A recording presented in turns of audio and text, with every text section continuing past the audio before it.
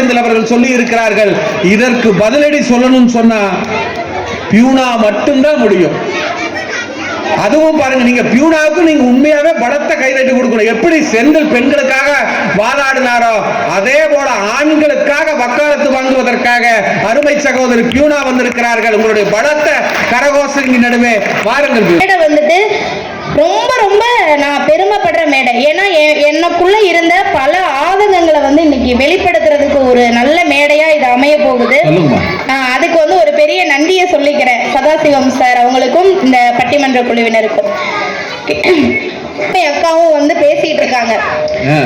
நடுவர் அவர்களே, இப்போ வெளிப்படையா தெரிகிற விஷயங்களை வச்சு நம்ம எதையுமே முடிவு பண்ண கூடாது. இன்னைக்கு இல்லற வாழ்க்கையிலயும் சரி, ஆன்மீக வாழ்க்கையிலயும் சரி, பெண்கள் தான் பெருசு பெண்கள் தான் பெருசுன்னு பேசுறாங்கன்னா அதுக்கு என்ன காரணம் தெரியுமா?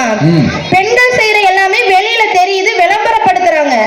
ஆனா எங்க ஆண்கள் அப்படி இல்லை. அவங்க உண்மையா இருக்கிறதுனாலதான் எதையுமே வெளிப்படுத்துறது இல்ல. அதனாலதான் ஆண்கள் தினத்துக்கு கூட எங்க ஆண்களுக்கு வாழ்த்துக்கள் கிடைக்கிறது இல்ல. நிஜமாங்க, இன்னைக்கு பெண்கள் தினம்னு ஒரு தினம் வந்துச்சுன்னா ஐயோ காலையில ஆரம்பிச்சு வாழ்த்துக்கள் பாக்குறவங்க பாக்குற ஆண்கள்லாம் சொல்லுவாங்க ஹாப்பி உமன்ஸ் டே. எல்லாரும் ஒய்ஃப் தங்கச்சி அம்மா போட்டோ வச்சு பெண்கள் தின வாழ்த்துடைய வாழ்க்கையை வாழ்றாங்க அப்படிங்கறத தான் ஒரு சில எடுத்துக்காட்டுகள் மூலமா நான் சொல்ல போறேன். சொல்லுங்க.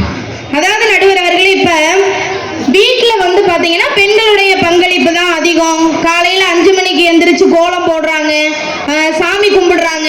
திங்கக்கிழமை ஒரு கோயில், செவ்வாய்க்கிழமை ஒரு கோயில், வியாழக்கிழமை வெள்ளிக்கிழமை எங்க அண்ணன் வந்து நிறைய சொன்னாரு. பிரசவத்தை குறிச்சு ஒரு அருமையான ஒரு விஷயம் சொன்னீங்க. எனக்கு ரொம்ப வருஷமா இந்த விஷயத்துல வந்துட்டு ஒரு சிறிய முரண்பாடு உண்டு. சொல்லுங்க. இப்போ இறைவன் வந்து இயற்கையாவே அந்த கர்ப்பம் தரிக்கக்கூடிய ஒரு திறனை பெண்களுக்கு வச்சதுனால பெண்கள் வந்துட்டு கர்ப்பமாகறாங்க, குழந்தைய பிரசவிக்கிறாங்க. ஒருவேளை கடவுள் படைக்கும் போதே பிறப்பால் ஆண்கள் தான் குழந்தை பெற்றுக்க முடியும், பெண்களால குழந்தை பெற்றுக்க முடியாது அப்படின்னா இங்க ஆண்கள் யாரும் கருத்தரிக்காம இருப்பாங்களா? இல்ல ஆண்கள் யாரும் இந்த பிள்ளை சுமையை சுமக்க மாட்டாங்கன்னு நினைக்கிறீங்களா? கண்டிப்பா இல்லை நடுவர் அவர்களே. இறைவன் மட்டும் அப்படி ஒரு வரத்தை அளித்திருந்தால் அதையும் சந்தோஷமாக ஏற்று அமைதியாக கொண்டாடி தீர்த்திருப்பான் எங்கள் ஆண்மகன். அதாவது பாத்தீங்கன்னா இப்போ 10 மாசம் தான் நடுவர் அவர்களே பெண்களுடைய சுமை.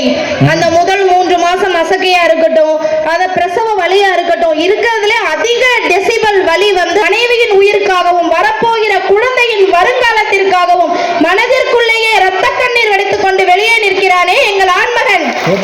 அவனின் திறனை பற்றி இங்கு யாருக்கும் தெரியாது நடுவர் அவர்களே. ஏன்னா என்னைக்குமே ஆண் தான் செய்த விஷயங்களை வெளியே சொல்லி காட்டுவது கிடையாது. உதாரணத்துக்கு 10 மாசம் சுமந்து பிள்ளைய பெத்துட்டாங்க. இன்னைக்கு எத்தனை பேரோட வீட்டுல மனைவிமார்கள் நீங்க சொன்னீங்களே நடுவர், 40 நாள் என்னங்க 4 நாள் அவன் உண்மையா சாமி கும்பிட்டாலும் அதுதானே எங்க ஆன்மீகத்தை வளர்க்கிறது. ஒரு